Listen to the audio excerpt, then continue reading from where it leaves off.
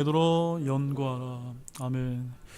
오늘 제가 이 오후 시간에 여러분들과 나누기 원하는 주제는요, 세대적 진리 두 번째 시간으로 진리의 말씀을 올바로 나누어라고 하는 이런 제목으로 오늘 디모데후서 2장 15절 말씀에 나와 있는 그대로 이제 말씀 제목을 가져와서 하나님의 경륜적인 설계도와 시대를 향한 목적이 아주 굉장히 제목은 거창한데 오늘 이 내용들이 여러분들에게 좀 잘 전달됐으면 하는 이런 마음으로, 하나님께 간구하는 마음으로 우리 이 말씀을 여러분에게 전달하도록 하겠습니다. 사실 굉장히 방대한 내용인데 이거를 이제 한 30분으로 압축을 하려다 보니까 좀 많이 이렇게 쉽지가 않습니다. 그것을 여러분이 좀 이해하면서 이렇게 좀 들어주시기를 부탁을 드리겠습니다.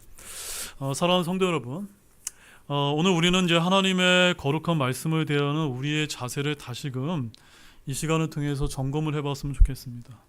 하나님의 말씀은 살아있고 권능이 있으며 우리의 영과 혼을 수술하는 날카로운 검과 같다는 사실 여러분 잘 알고 계시죠? 따라서 이 검과 같은 하나님의 말씀을 우리가 잘못 다룬다면 저와 여러분의 영적인 혼란과 파멸을 초래할 수밖에 없다고 여러분이 강조를 드리겠습니다. 그래서 사도 바울은 오늘 이제 본문의 말씀을 통해서 자신의 영적인 아들인 디모데에게 이런 말씀을 통해서 성경 공부의 대원칙을 지금 이제 설명하고 있는 것입니다. 디모데후서 2장 15절 다시 한번 읽어보겠습니다. 너는 진리의 말씀을 바르게 나누어 너 자신을 하나님께 인정받은 자로 부끄러울 것이 없는 일꾼으로 나타내도록 연구하라. 개역 성경에 보면요, 연구하라가 아니라 힘쓰라라고 되어 있습니다. 그래서 여기 영어 킹제임스 성경에는 study라고 하는 동사가 이제 시작이 되는데 NIV 성경에는 be라고 되어 있어요. 비동사. 네. 여러분 연구하는 거하고 공부하는 거하고 힘쓰는 거하고는요 차이가 있습니까? 없습니까? 차이가 있습니다. 그래서 우리가 이제 제가 종종 설명드리지만 우리 한국 교회가 지금까지 성장하는데 얼마나 열심을 다했으면 전도도 열심히 해요. 뭐 부흥 집회도 열심히 해요. 찬양도 열심히 해요. 봉사도 뭐든 다 열심히 합니다. 네. 근데 하나님께서 우리에게 부끄러운 것이 없는 일꾼으로 하나님께 인정받는 방법을 여기서 설명하는데 뭐라고 설명하고 있습니까? 하나님의 말씀을 연구하라, 공부하라는 것입니다. 그것도 어떻게 공부하라고요? 말씀을 바르게 나누어. 그러니까 구약에 있는 말씀을 내게 갖고 와서 신약 성도에게 적용하면 뭔가 문제가 생기잖아요. 또 7년 환란기 때나 천년왕국 때 있을 일에 관한 말씀을 지금 우리 교회 시대에 그대로 적용하게 되면 영적으로 문제가 생기지 않습니까? 이런 것들을 시대와 경륜과 그 상황과 대상을 잘 구분해서 말씀을 잘 나누어서 분별해서 공부하지 않으면 안 된다라고 하는 이런 성경 공부의 대원칙을 여기서 설명하고 있는데 저는 이 말씀 굉장히 중요하다고 생각합니다. 여러분도 하나님께 인정받는 부끄러움이 없는 일꾼이 다 되기를 원하시죠? 그러면 이제 오늘 우리가 이 공부하는 주제 나타내도록 연구하는 방법을 잘 몇 가지 핵심적인 것만 좀 배우기를 원합니다. 어쨌든 이 구절에서 성경을 대하는 자를 뭐라고 묘사하고 있죠? 일꾼이라고 묘사한다는 점입니다. 세상에 어떤 노련한 일꾼이라 할지라도 여러분 그냥 일하는 게 아닙니다. 어떻게 일합니까? 집을 지을 때 건축 설계 도면이 있어야 안전하고 튼튼하게 집을 짓지 않습니까? 마찬가지로 정밀한 설계도와 구체적인 계획 없이 건물을 지을 수 없는 것과 마찬가지로 이 하나님의 말씀도 그냥 우리가 이렇게 만들어진 것이 아니라 아주 거대한 어떤 하나님의 기본적인 설계도와 목적을 가지고 하나님께서 이 세상을 만드셨고 하나님의 말씀도 그와 같이 만들어 놓으셨기 때문에 우리가 임의대로 성경을 공부하고 읽어서는 좀 곤란할 수 있다는 점을 여러분에게 말씀을 드립니다. 자, 그래서 히브리서 8장 5절에 이렇게 하나님께서 모세에게 성막을 만들 때 지시를 하십니다. 함께 읽어보겠습니다. 너는 조심하여 산에서 내게 보여준 양식에 따라 모든 것을 만들라 하시기 때문이다. 즉 모세가 하나님의 명령에 따라 성막을 만들 때 모세 마음대로 만들었습니까? 아니요. 하나님께서 만들라고 하신 명령에 따라 철저하게 만들었던 것입니다. 따라서 우리 성경을 공부하는 우리 성경 신자들도 반드시 마구잡이로 우리가 성경 공부를 그냥 창세기부터 계시록까지 읽는다고 되는 문제가 아니라 시대에 따른 하나님의 계획과 목적이라고 하는 거대한 설계도, 하나님의 큰 이제 숲을 여러분들이 이해하는 가운데 말씀을 읽어야 이제 오류가 발생하지 않는다라고 여러분에게 말씀을 드리겠습니다. 그래서 이 설계도를 무시하고 성경의 모든 구조를 나한테 적용하게 되면 됩니까? 안 됩니까? 안 되는 겁니다. 즉 남의 집 도면을 가져와서 마치 내 집을 지으려는 것과 같은 어리석은 행위가 될 수 있기 때문인 것입니다. 그래서 한 성경학자가 이렇게 얘기했다고 합니다. 기관들과 성경을 구별하는 것은 조화를 이룬다라고 이렇게 설파를 했다고 합니다. 시대를 나누고 그 다음에 대상의 경계를 명확히 하게 될 때 비로소 성경 전체의 모순이 사라지고 하나님의 장엄한 목적이 드러나기 때문인 것입니다. 과거에 그 미국에 어떤 유명한 골든 목사님이라는 분이 계셨다고 합니다. 이 목사님이 오늘과 같은 이런 시대에 따른 계획이라고 하는 이제 설교 말씀을 전했을 때 한 청년이 목사님한테 와서 이렇게 물었다고 합니다. 목사님, 왜 목사님은 매 본문마다 칸막이를 쳐서 이렇게 구분하십니까? 라고 이렇게 물었더니 이 목사님의 대답에 이렇게 이제 명확하게 대답을 하셨습니다. 그것이 바로 하나님의 뜻을 오해 없이 전달하는 유일한 길이기 때문입니다. 라고 대답했다고 합니다. 자, 이제 우리는 이 성경 공부의 기초가 되는 올바로 나누는 공부 방법에 대해서 이 구체적인 대상 구분에 대해서 살펴보면서 우리 하나님께서 성경 전체와 인류 역사를 어떻게 이제 크게 설계를 해 놓으셨는지 그 부분을 좀 지금부터 좀 보도록 하겠습니다. 자, 먼저 성경을 올바로 나누는 법의 첫걸음은요, 하나님께서 성경의 각 부분을 누구에게 말씀하고 계신지를 정확하게 분별하는 것이다 라고 여러분에게 말씀을 드리겠습니다. 즉 우리 손에 들려있는 이 진리의 하나님의 말씀은요, 모든 인류를 위해 기록된 것이 맞습니까? 맞습니까 여러분? 예, 아멘. 하지만 이 성경의 각 파트별의 수신자가 누구냐에 따라 그 내용의 적용 원리는 같을까요? 달라질까요? 판이하게 달라진다는 사실을 저와 여러분이 아셔야 된다는 것입니다. 자, 고린도전서 10장 32절에 우리 인류를 세 부류로 명확하게 구분을 하고 있습니다. 한 목소리를 읽겠습니다. 유대인들에게나 이방인들에게나 하나님의 교회나 걸려 넘어지지 하는 어떤 일도 하지 말라. 자, 여기에 분명하게 세 부류를 말씀하십니다. 첫 번째 유대인, 두 번째 이방인, 세 번째 하나님의 교회, 바로 교회를 가리킵니다. 여러분, 우리 손에 들려있는 이 성경 전체는요, 저와 여러분에게 교훈을 위해 주기 위해 쓰인 것은 분명한 사실이지만 성경 전체가 우리와 같은 이런 교회에 관해서 주신 기록은 아니라는 점을 여러분 잘 알고 계시죠? 그래서 구약 성경의 압도적인 부분은 주로 누구에게 주신 말씀입니까? 유대인이라고는 한 민족의 역사를 이제 다루고 있는 말씀이고 그들에게 주신 지상적인 약속인 것입니다. 그래서 여러분 성경 찾지 마시고 이사야서 1장 1절에 가보게 되면요, 이런 말씀이 기록되어 있습니다. 유다와 예루살렘에 관하여 본 환상 계시라. 명확합니까? 명확하지 않습니까? 명확함. 누구에게 주신 말씀이요? 아, 유대인에게 준 말씀이구나 라고 그 말씀 1장 1절에 이제 이미 다 기록을 해놓고 계시다는 것이죠. 이렇게 대상을 아주 분명하게 못 받고 있기 때문에 그 말씀을 적용할 때 우리 교회 시대 영적으로 우리가 적용할 수 있지만 문자적으로 우리에게 해당되지 않는 말씀도 있다 없다? 있다라는 것을 아셔야만 되는 겁니다. 근데 오늘 한국 교회의 문제는 뭡니까? 구약 성경에 있는 모든 말씀을 다 어디다 적용합니까? 우리 신약 교회에다 적용하려다 보니까 문제가 발생하는 겁니다. 따라서 만일 우리가 이스라엘에게 주신 이 지상 왕국의 약속을 무분별하게 취해서 오늘날 신약 교회에 대해 적용을 한다면 우리는 유대인들에게 약속된 권리를 가로채는 영적 도둑질을 하는 것과 같은 것이라는 사실을 여러분 아시기 바랍니다. 자, 대표적으로 여러분 신약 성경 중에서도 히브리서와 야고보서가 매우 강력한 유대적인 성격을 지니는데, 여러분 야고보서 1장 1절 한번 찾아보세요. 야고보서 1장, 야고보서 1장 1절.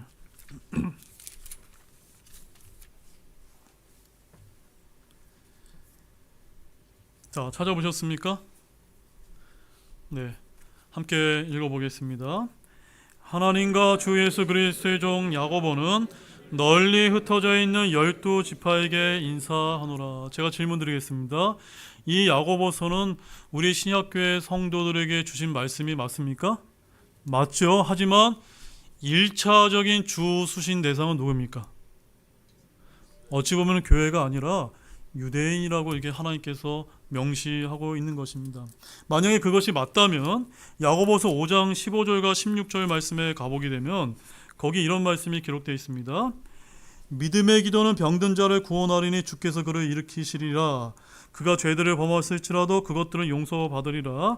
너희 잘못들을 서로 고백하고 너희가 병고침을 받도록 서로를 위해 기도하라. 의로운 사람의 효를 읽고 뜨거운 기도는 많은 효능이 있느니라. 바로 우리가 기도를 통해서 어떤 사람의 병을 고치는 것을 위해서 기도를 열심히 하라고 하는 이런 말씀인데, 이 말씀은 우리가 이제 조금 달리 좀 보셔야만 됩니다. 이 말씀은 우리 교회 시대에도 적용을 할 수가 있습니까? 없습니까? 적용할 수 있어요. 영적으로 우리가 이 말씀을 취할 수는 있지만 교리적으로 우리가 조금만 더 들어가 본다면 이 야고보서의 주 수신 대상이 누구라고요? 유대인이라는 것을 알기 때문에 병든 자를 위한 믿음의 기도와 같은 이런 1차적인 약속은 누구에게 주어진 것입니까? 유대인들에게 주어진 것이다. 나는 이런 시각을 가지고 말씀을 조금 정밀하게 볼 필요가 있다. 이렇게 말씀을 수신 대상을 가지고 보는 것이 굉장히 중요하다는 것을 여러분들이 좀 먼저 구분을 하시기 바랍니다. 또한 교회의 탄생은요, 구약 대언자들에게는 철저히 감춰졌던 신비라는 사실을 여러분 알고 계십니까? 그래서 여기 에베소서 3장 5절과 6절 말씀 함께 한번 읽어보겠습니다. 다른 시대들에서는 사람들의 아들들에게 그것을 알리지 아니하셨는데 이 신비는 곧 복음에 의해 이방인들이 그리스도 안에서 같은 몸에 속하게 되고, 이 신비가 어떤 신비입니까? 교회의 신비입니다. 즉 유대인과 이방인이 예수 그리스도의 믿음으로 말미암아 한 몸 안에 들어오는 이 교회의 신비는 다른 시대 사람들에게 알려졌다, 안 알려졌다? 알려지지 않아. 그럼 이 다른 시대 사람들은 누구를 가리킵니까? 구약 시대에서 구약 성도들에게는 교회에 대해서는 알려주지 않았고, 누구를 통해서 최초로 이제 보여주신 것입니까? 사도 바울을 통해서, 사도 바울의 서신을 통해서 교회의 신비가 이제 한 커플 한 커플 우리에게 이제 알려지게 된 것입니다. 자, 그래서 우리는 하나님의 말씀을 이제 공부할 때요, 합해야 될 것과 나누는 것을 우리가 잘 해야만 됩니다. 예를 들어서 하나님께서 합하신 그리스도와 구원을 떼어놓아서는 안 되지만, 반대로 하나님께서 엄격히 나누신 천국과 지옥, 그 다음에 교회와 왕국을 임의로 섞어서는 안 된다는 것입니다. 예를 들어서 구약 성경에 보면은 이제 이사야서 말씀이나 여러 가지 소선지서 말씀 보면 주로 어디에 관한 말씀을 합니까? 마지막 때 이제 그 7년 환란기와 그 다음에 이제 그 천년왕국에 대한 말씀을 하고 있는데, 그 말씀을 우리 신약교회 그대로 갖고 우리에게 적용을 하게 되면은 이게 이제 모순이 생긴다라는 것을 여러분에게 이제 말씀을 드리는 것입니다. 또한 마태복음 23장 13절에 가보게 되면 어떤 말씀이 있습니까? 그러나 끝까지 견디는 자 바로 그 자는 구원을 받으리라 라고 되어 있습니다. 이 말씀은 언제 적용되는 말씀입니까? 교회 시대가 끝나고 7년 환란기 때 이 말씀이 성취되는 그런 말씀인데, 이 말씀 역시 교회 시대와 환란 시대를 우리가 잘 적용해서 이 수신 대상을 잘 구분해서 적용하지 않으면 구원론에 문제가 생길 수 있다는 점입니다. 따라서 대상의 구분만큼이나 중요한 것은 우리 구원 역사의 중심인 예수 그리스도의 사역을 시대별로 이해하는 것이 매우 매우 중요하다라는 점을 여러분에게 또한 강조를 드리겠습니다. 자, 그래서 이 부분에서 우리가 예수님의 이제 삼중 사역에 대해서 좀 공부를 좀 해보도록 하겠습니다. 제가 뭐라고 말씀드렸습니까? 예수 그리스도의 삼중 사역, 여러분 들어보셨습니까? 예수님은요, 과거에는 대언자였었고 지금 현재는요, 하나님의 오른편에서 제사장, 대제사장의 역할을 하고 계시고요. 그다음 앞으로는요, 재림하셔서 왕으로서 이제 미래에 활동하실 것이라는 것을 말해주고 있는 것입니다. 그래서 제가 조금 더 설명을 드리면요, 주 예수 그리스도께서는 대언자, 제사장, 왕의 직무를 수행하고 계시지만 이를 동시에 행하시는 것이 아니라 연속적으로 수행한다라고 여기 이제 클라리스 아킨 목사님이 이제 성경을 이제 나눠서 우리에게 알려주고 있는 것입니다. 자, 대언자는요, 언제부터 언제까지입니까? 아담의 타락 때부터 십자가의 대속까지 우리 주님께서는요, 하나님의 뜻을 전달하는 대언자이셨는데, 히브리서 1장 1절을 한번 읽어보시죠. 같이 읽어보겠습니다. 지나간 때에는 여러 시대의 다양한 방식으로 대언자들을 통해 조상들에게 말씀하신 하나님께서라고 이 말씀을 통해서 보는 것처럼, 지나간 때의 대언자들을 통해 말씀하신 하나님은 이제 자신의 아들을 통해 말씀하신다라고 이렇게 볼 수가 있습니다. 그래서 과거에는 대언자로서 활동하셨습니다. 자, 그 다음에 이제 십자가에 달려 돌아가시고 부활하셔서 하늘에 이제 승천하신 다음에 예수님께서는 어떤 역할을 하시냐? 제사장, 프리스트 역할을 하고 계신데, 현재 주님은요, 하늘 지성소에서 저와 여러분을 위해 간구하시는 대제사장의 역할을 하고 계십니다. 그래서 주님께서 하늘로 승천하면서 오늘 오전 설교 말씀 때 누구를 보내주셨죠? 다른 위로자인 성령님을 우리에게 보내주시면 말미암아, 제가 기도에 관한 교리 말씀 때 이런 말씀 드렸습니다. 우리가 기도할 때는 누가 같이 계시다고 말씀드렸죠? 기도의 파트너인 성령님이 우리와 함께 하셔서 우리가 기도할 때 성령님이 같이 기도해 주시고, 그 기도를 누가 중보해 주십니까? 예수님께서 그 기도를 중보해 주셔서 아버지께 전달하는 이런 대제사장의 역할을 현재 하고 계시다라고 말씀을 드렸습니다. 그래서 오늘날 우리가 살고 있는 이 시대는요, 왕관이 아니라 주님의 만찬과 왕자가 준비된 은혜의 기간이다 라고 이렇게 볼 수가 있는 것입니다. 자, 그 다음에 왕은요, 뭡니까? 우리 예수님께서 다시 오실 때, 재림하실 때 비로소 이 땅을 통치하는 왕이 되실 것이라는 사실입니다. 자, 이런 예수님의 이런 분명한 세 가지 직무를 마구잡이로 막 섞어서 성경을 해석을 하게 되면요, 우리가 누리는 은혜 시대에 우리가 왕국을 세우려 하거나 이미 완성된 제사장 사역을 대언자 사역과 혼동하게 되는 일이 발생할 수 있다는 점을 아실 필요가 있습니다. 자, 또한 우리는 성경이 말씀하시는 때와 시기도 잘 분별을 해야 되는데, 여러분 이제 다니엘서 2장 21절 말씀 함께 한번 읽어보십시오. 그분께서는 때와 시기를 바꾸시나니, 뭘 바꾼다고요? 때와 시기. 이거 때는요, 영어로 times라고 되어 있습니다. 복수로. 시기는요, seasons라고 되어 있습니다. 여러분 이제 time 하게 되면은 여러분 잘 이해하는, 시즌 하게 되면 뭘 뜻하는 겁니까? 봄, 여름, 가을, 계절. 봄이 오면요, 여름이 오는 때를, 시기, 시즌을 갖다가 우리가 알 수가 있고, 또 여름이 지나면 또 가을이 오는 우리가 시기를 분별할 수 있지 않습니까? 마찬가지로 우리가 이런 시기를 통해서 기후의 변화를 알 수가 있듯이, 이 변화는 해와 달과 별들의 움직임으로 야기되면 이것이 하나님께서 시기들을 나누는 방법이다. 그래서 사도행전 17장 30절에서 율법 이전 시대에서 모세의 율법 시대까지는 하나님께 어떻게 나눠주셨습니까? 무지하던 때, 무지하던 때. 무지하던 때. 언제부터 언제까지입니까? 율법 이전에서 모세에게 율법이 주어지던 시대까지. 그 다음에 이방인들의 때는요, 언제부터입니까? 그리스도의 초림부터 예수님의 재림 때까지. 누가복음 21장 24절에 나와요. 그 다음에 새롭게 하는 때는 뭘까요? 새롭게 하는 때. 이것은 예수님의 재림과 천년왕국을 가리키는 겁니다. 뒤에 가서 말씀을 제가 다 보여드리겠습니다. 그 다음에 때가 충분히 찬 경륜은 또 뭘까요?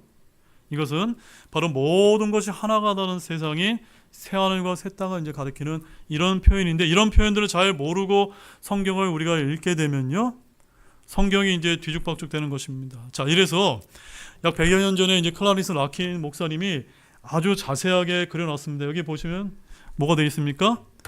무지하던 때, 그 다음에 이방인들의 때, 또 새롭게 하는 때, 때가 찬 경륜이라고 해서 시대별로 이게 다 나눠진 것을 우리가 이렇게 합해서 보게 되면은 성경이 이해가 되지 않는다라고 말씀하고 있는 것입니다. 자, 제가 조금 더 이렇게 입체적으로 좀 말씀을 드려보겠습니다. 사도행전 17장 30절 말씀 함께 읽어보겠습니다. 하나님께서 이같이 무지하던 때를 문감아 주셨으나 이제는 모든 곳에서 모든 사람에게 회개하라고 명령하시나니. 여기 무지하던 때라고 나와 있죠. 이때가 언제라고요? 율법 이전 시대로 모세를 통해 주어진 율법의 시기입니다. 자, 그 다음에 누가복음 21장 24절을 또 읽어보십시오. 또 그들이 칼날에 쓰러지고 모든 민족들에게 포로로 잡혀갈 것이며 예루살렘은 이방인들의 때가 찰 때까지 이방인들에게 짓밟히리라. 어떤 때가 나옵니까? 이방인들의 때. 지금 저와 여러분이 살고 있는 이 시대는 어떤 때입니까? 이방인들의 때 아닙니다. 이방인들의 때가 끝나게 되면은 유대인들의 날이 오게 됩니다. 그때가 바로 칠려 환란기가 될 것이다 라고 성경은 이야기하고 있습니다. 자, 그 다음에 사도행전 3장 19절 읽어보십시오. 그러므로 너희는 회개하고 회심하라. 그러면 새롭게 하는 때가 주의 앞으로 올 때에 너희 죄들이 말소될 것이라. 새롭게 하는 때는 언제입니까? 바로 예수님의 재림과 연결된 시대로서 천년왕국을 포함하는 기간인 것입니다. 마지막으로 에베소 1장 10절 말씀 함께 읽어보겠습니다. 이것은 때가 충만히 찬 경륜 안에서 친히 모든 것, 즉 하늘에 있는 것들과 땅에 있는 것들을 그리스도 안에서 곧 그분 안에서 함께 하나로 모으려 하심이라. 여기 때가 충만히 찬 경륜의 그 때가 나옵니다. 이때는 언제입니까? 바로 최종적인 새 하늘과 새 땅이 열리는 그 때를 이제 가리킵니다. 이렇게 성경에는 때를 다 구분해 놓으셨는데 이거를 다 우리가 뭉뚱거려 버리게 되면은 성경 해석이 이상하게 되는 것입니다. 자, 이처럼 우리가 이 때와 시기를 무시하고 성경을 무분별하게 합쳐버리게 된다면 하나님의 경영 방침, 즉 유대인은 율법, 현재는 은혜, 다가올 시대는 왕권으로서 공의가 다스리는 시대라는 것을 우리가 오해하게 될 수밖에 없다라는 점을 말씀을 드리겠습니다. 자, 이제 이 도표를 잠깐 보십시오. 성경은 이제 크게 이제 세 시대로 나눠볼 수가 있습니다. 첫 번째는요, 홍수 이전 시대라고 해서 인간의 타락부터 노아의 홍수 때까지. 그 다음에 홍수가 일어나고 나서 노아 때부터 예수님의 재림 때까지를 현 시대로 이제 나눠볼 수가 있고, 그다음 예수님의 재림 때부터 시간의 끝을 시대들 중에 시대들이다. 이것은 영어로 뭐라고 하면 Age of Ages라고 이렇게 이제 락킹 목사님이 표현하고 있습니다. 이 세 가지로 구분한 것을 다시 7가지 세대와 경륜으로 이제 나눠서 보게 된다면, 자, 홍수 이전 시대에는 어떤 시대가 포함이 됩니까? 아담과 이브가 살던 무죄 시대, 한번 더 무죄 시대. 정확히 말하면 무죄 세대요 경륜입니다. 이때를 우리가 다른 말로는 에덴의 경륜이다라고 부를 수가 있는데, 이 에덴의 경륜은 성공했습니까? 실패했습니까? 실패했습니다. 누구의 불순종으로 말미암아? 아담의 불순종으로 말미암아 실패를 했고 어디로 넘어갔습니까? 이제 아담의 후손인 가인과 아벨을 통해서 양심의 세대로 넘어갑니다. 그런데 이 양심의 세대 역시 또 어떻게 됐습니까? 실패하고 말았습니다. 그래서 다시 이제 어디로 넘어가냐면 노아의 대홍수가 일어나게 됐고, 그 다음에 이제 인간 정부 시대로 넘어갔습니다. 근데 인간 정부 시대는 또 어떻게 바뀌었냐면요, 인간들이 뭘 했냐면요, 바벨탑을 졌습니다. 그래서 이 인간 정부 시대도 실패하게 되고 다 흩어지게 됐습니다. 그 다음에 한 사람을 통해서, 아브라함을 통해서 약속의 세대를 일으키셨고, 그 다음에 그 약속의 세대를 통해서 한 민족을 통해서 모세를 통해 율법을 줌으로 말미암아 율법의 세대가 열리게 되었습니다. 여기까지 이제 우리가 이제 현 시대를 구약의 시대라고 볼 수가 있는 것입니다. 그 다음에 우리가 살고 있는 시대를 뭐라고 부릅니까? 은혜 시대, 교회 시대라고 부르고, 그 다음에는 천년왕국이 오는 시대를 왕국의 세대, 왕국의 경륜이다. 이걸 세대와 경륜의 개념을 여러분 잘 이해하시기 바라는데, 왜 이렇게 7가지 세대와 경륜으로 나눴냐면요, 그 각각의 세대와 경륜 때마다 하나님의 통치하시는 방법이 같습니까? 다릅니까? 다르기 때문이다. 이것을 뭉뚱그려서 그냥 성경 전체를 하나로 다 통일을 시켜야 되게 되면요, 성경이 해석이 되지 않는 것입니다. 자, 이 말씀을 제가 구체적으로 보겠습니다. 자, 먼저 우리 창세기 1장 1절 말씀에 가보게 되면, 처음에 하나님께서 하늘과 땅을 창조하시니라 라는 이런 장엄한 선포로 시작이 되면서 창세기 1장 3절부터 이제 여섯째 날까지 빛, 궁창, 식물, 또 천체, 또 물고기와 새, 마지막 짐승과 그 다음에 마지막으로 뭘 창조하셨죠? 우리 인간을 창조하는 것으로 이렇게 창조 시대를 이제 여셨습니다. 이 마지막에 먼저 창조하신 우리 인간의 창조를 잠깐 보게 되면요, 창세기 2장 7절 말씀을 우리 한 목소리로 함께 읽어보도록 하겠습니다. 주 하나님께서 땅의 흙으로 사람을 지으시고 생명의 숨을 그의 콧구멍에 불어넣으시니 사람이 살아있는 혼이 되니라. 개역성경에 가보게 되면요, 여기 생명의 숨이 하나님의 영이거든요. 하나님이 후 하고 불어넣으시는 하나님의 숨, 하나님의 영을 가리키는데, 이 개역성경에는 생기라고 해놨습니다. 생기. 그 하나님의 영이라고 하는 단어를 잘 알 수 없게끔 이렇게 쓰여져 있고, 개역성경에는 살아있는 생명이 된다라고 했습니다. 생명. 생명이 뭡니까? 살아있는 영이 된다라고 말씀하는데, 우리가 보는 킹제임스 성경에 뭐라고 표현되어 있습니까? 살아있는 영이 아니라 살아있는 혼, 즉 혼 그 자체가 우리 인간 자체를 나타내는, 여러분 인격 자체가 바로 혼의 성격을 가지고 있다라고 말씀하고 있는 것입니다. 그래서 우리 몸은 하나님은 흙으로 만드셨고요, 영은 하나님이 불어넣으신 호흡으로서 여기에 누가 들어오십니까? 예수님 믿음으로 말미암아 성령님으로 내주하시는 말미암아 거듭남에 일어나는 곳이 바로 영의 장소인 것입니다. 근데 혼은 무엇입니까? 바로 몸과 혼이 만날 때 우리 자아가 형성되는 것이 바로 혼의 영역이다. 바로 감정, 기억, 의지를 나타내는 것입니다. 그래서 데살로니가전서 5장 23절에 이렇게 말씀합니다. 너희의 온 영과 혼과 몸이 흠없이 보존되기를 내가 하나님께 기도하노라. 우리 인간이 어떻게 만들어진 겁니까? 영혼과 몸이라는 이원론적인 그런 철학사고가 아니라 하나님의 삼위일체의 그 형상대로 삼중적인 구조로 우리 인간을 마지막에 창조해 놓으신 것이다.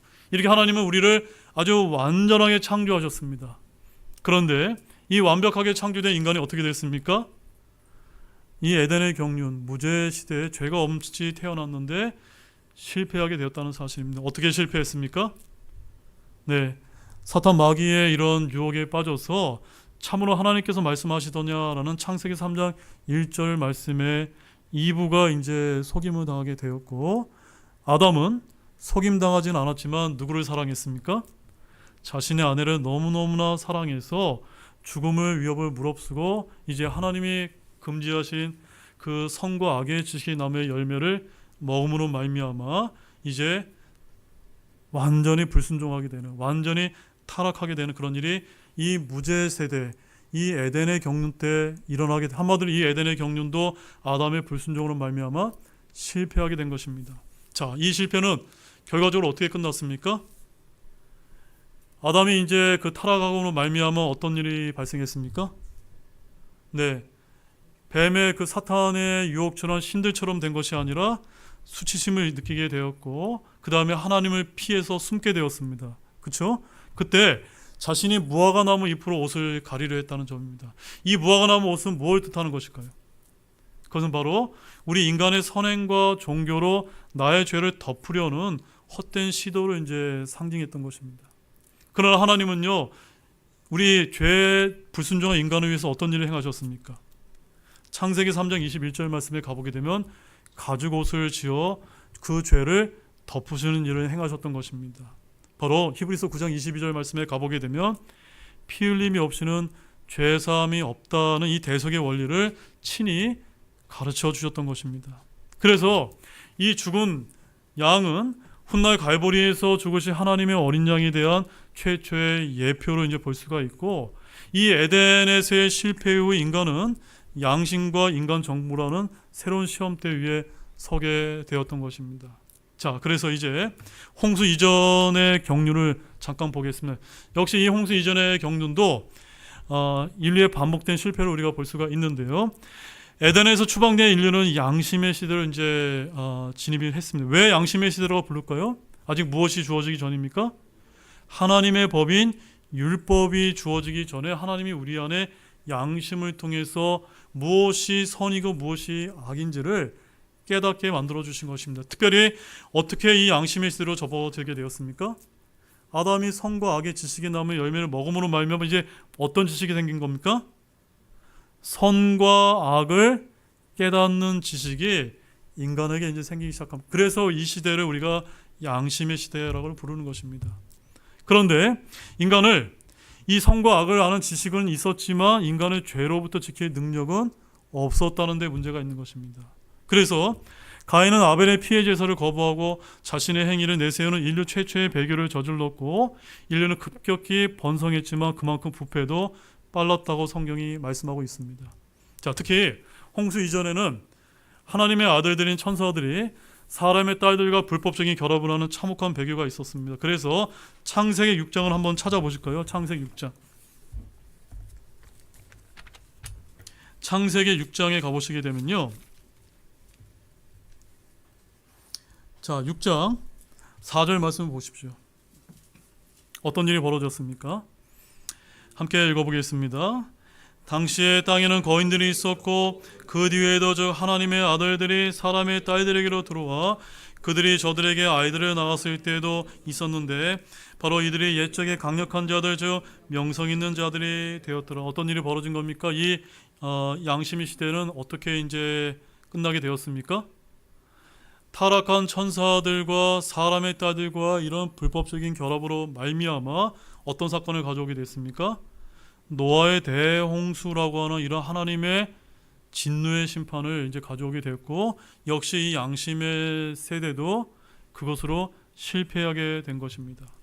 그 다음에 이제 홍수 사건 이후에는요, 하나님은 노아와 언약을 맺으시고 인간 정부 시대에 스스로를 다스릴 권한을 이제 주셨습니다. 그러나 인간은요, 창세기 1장 28절 말씀처럼 땅을 가득 채우라라고 하나님께서 창세기 1장 28절에 말씀을 했는데 노아 후손들이 어떻게 행했습니까? 땅을 가득 채우기 위해서 곳곳에 흩어진 것이 아니라 어떤 일을 저질렀습니까? 자신들의 이름을 내려고 바벨탑을 쌓으며 함께 모이는 이런 불순종과 교만의 범죄를 일으키게 된 것입니다. 그래서 하나님께서 어떤 일을 행하셨습니까? 언어를 혼잡하게 하셨고 민족을 분산하는 것으로 이 인간 정부의 시대도 끝을 실패로 맞이하게 된 것입니다. 자, 이런 끊임없는 실패 속에서 하나님은 인간을 포기하지 아니하시고 이제 한 사람 아브라함을 이제 선택을 하셔서 약속의 계보를 이어가시기 때문에 이 시대를 약속의 세대요 또한 족장의 세대다라고 하는 이런 시대로 맞아들게 되는 것입니다. 그 다음에 이제 아브라함으로 시작된 이 인간 족장 시대가 끝나고 모세로부터 어떤 이제 세대가 열립니까? 율법 세대가 열리게 되었던 것입니다. 자, 우리가 이제 성경을 공부할 때 올바로 나누는데 가장 혼란스러운 부분 하나가 안식일 준수 문제라고 저는 생각이 됩니다. 왜냐하면 우리는 안식일이 아담이나 노아에게 주어진 것이 아니라 누구에게 주어진 것을 알고 있습니까? 출애굽한 이후에 오직 누구에게만? 유대인에게만 주어진 표적임을 우리가 알고 있기 때문입니다. 자, 출애굽기 31장 13절 말씀 보십시오.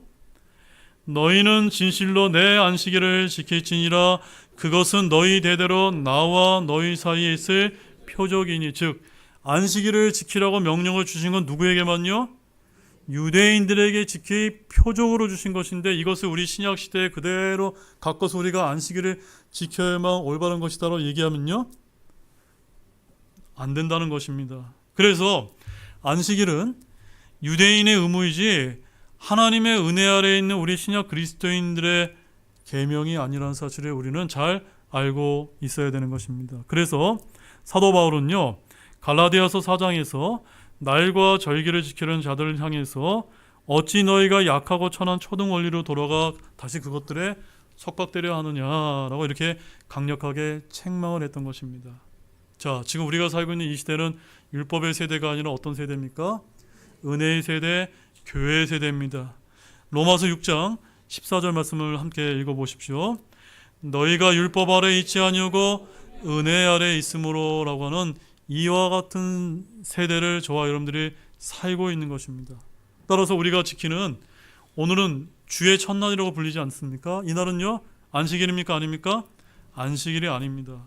그래서 마태복음 28장 1절에서 예수님이 부활하신 날 뭐라고 말씀하고 있냐면 안식일이 끝나고 주의 첫날이 밝아오기 시작할 때에 막달라 마리아와 다른 마리아가 돌무덤을 보러 갔는데 라고 해서 예수님이 부활하신 날이 언제였습니까? 주의 첫날이다. 즉 토요일이 끝나고 일요일이 되는 이 우리가 모여있는 이 날이 바로 주의 첫날이다 라고 말씀하시면서 이 날이 어떤 날입니까? 예수님이 부활한 날이기 때문에 우리가 지금 이 교회 시대에 뭘 하고 있는 겁니까? 경배를 드리고 있는 것입니다. 우리가 안식일이기 때문에 이 날을 지키는 것이 아니라는 것입니다. 따라서 우리 신약의 그리스도인들은 죽음의 안식일이 아니라 예수님의 부활의 생명 안에서 자유롭게 영과 진리로 경배하기 위해서 지금 모여 있는 것입니다. 맞죠, 여러분? 따라서 우리가 이 구분을 무너뜨리는 것은 하나님의 은혜를 율법의 종로로 되돌리는 일이 위험한 일이 될 수밖에 없는 것입니다. 자, 이제 우리가 살고 있는 이 은혜의 시대, 이 교회의 시대는 어떤 종말을 향해 끝을 맺게 될까요? 어떻게 끝을 맺게 될까요? 성공할까요? 실패할까요? 성경은 우리의 이 교회 시대 역시도 실패하게 될 것이다 라고 말씀하고 있습니다. 자, 누가복음 18장 8절 말씀 보시죠. 함께 읽어보겠습니다. 사람의 아들이 올 때 땅에서 믿음을 보겠느냐. 우리가 살고 있는 이 교회 세대가 끝나는 날 예수님이 공중에 강림하시게 될 것이고 우리는 하늘로 들림을 받게 될 것입니다. 그때 주님께서 내려오시게 될 때 뭐라고 말씀하셨습니까? 사람의 아들이 올 때 땅에서 뭘 볼 수 없다고요? 온전한 믿음을 볼 수 있겠느냐. 왜 이런 말씀하셨을까요? 이 땅에는요 다 들림받고 이 땅에는 배교한 사람들밖에 남아있을 수밖에 없기 때문입니다. 자, 여러분 디모데후서 3장 한번 찾아보실까요? 디모데후서 3장. 거의 다 끝났습니다. 디모데후서 3장 1절에서 5절 말씀 우리 한 목소리로 함께 읽어보도록 하겠습니다. 또한 이것을 알라. 즉 마지막 날들에 위험한 때가 오리라. 사람들이 자기를 사랑하며 탐욕을 부리며 자랑하며 교만하며 신성모독하며 부모에게 불순종하며 감사하지 아니하며 거룩하지 아니하며 본성에 애정이 없으며 협정을 어기며 거짓 고소하며 절제하지 못하며 사나우며 선한 자들을 멸시하며 배신하며 고집이 세며 높은 마음을 품으며 하나님을 사랑하기보다는 쾌락들을 더 사랑하며 하나님의 성품의 모양은 있으나 그것의 능력은 부인하니 이런 자들에게서 돌아서라. 이 말씀은 지금 누구에게 하신 말씀입니까? 마지막 날들을 살아가는 저와 여러분에게 하고 계신 말씀이 여러분 믿으십니까? 지금 우리가 살고 있는 시대는요 마지막 날들의 위험한 때다. 이런 현상들이 점점 많아지는 것을 우리가 주변에서 볼 수가 있습니다. 그래서 이때는요 마치 노아의 때와 놀랍도록 흡사하게 될 것이다 라고 말씀하고 있습니다. 자, 여기 이제 몇 가지입니까? 7가지의 현상을 좀 기록을 하고 있는데 첫 번째부터 한번 읽어보겠습니다. 노아의 때와 흡사한 마지막 날들의 징조, 이런 징조가 많이 나타나게 될 것입니다. 앞으로 더더욱 많이 보게 될 것입니다. 맞죠? 그 다음에 두 번째, 구속주가 아닌 단순한 조물줄로 하나님을 섬깁니다. 제가 이번 주에 교보문고에 가서 이제 AI에 관한 데 관심이 많아서 책을 읽다 보니까 미국의 그 실리콘밸리의 유명한 기술자 중에 한 명이 기술에 너무 심취해서 AI를 조물주로 섬기는 교회를 만들었다고 합니다. 그 교회 이름을 뭐라고 하는지 아십니까? AI 교회라고 부릅니다. 네. 그래서 AI 교회를 만들었더니 사람들이 잘 안 보였다가 실패했는데 다시 최근에 다시 모이고 있다고 이렇게 얘기를 하고 있는데, 저는 그런 현상을 보면서 참 말세는 말세구나. 네. 그 하나의 기계일 뿐인데 사람들이 이렇게 어리석게도 그런 인공지능이라는 걸 만들어 놓고 우리 인간들보다 더 지능이 뛰어나니까 여기를 경배해야 된다, 이런 우스꽝스러운 일을 벌인 일이 다른 시대가 아니라 지금 이 순간에 지금 벌어지고 있는 것입니다. 그 다음에 세 번째는요, 예술, 과학, 문명의 비정상적인 발달이 되는 게 아니라 점점 안 좋은 모습으로 지금 타락하고 있는 것입니다. 그 다음에 네 번째는요, 경건한 계열과 악한 계열의 무분별한 결합, 많이 볼 수가 있습니다.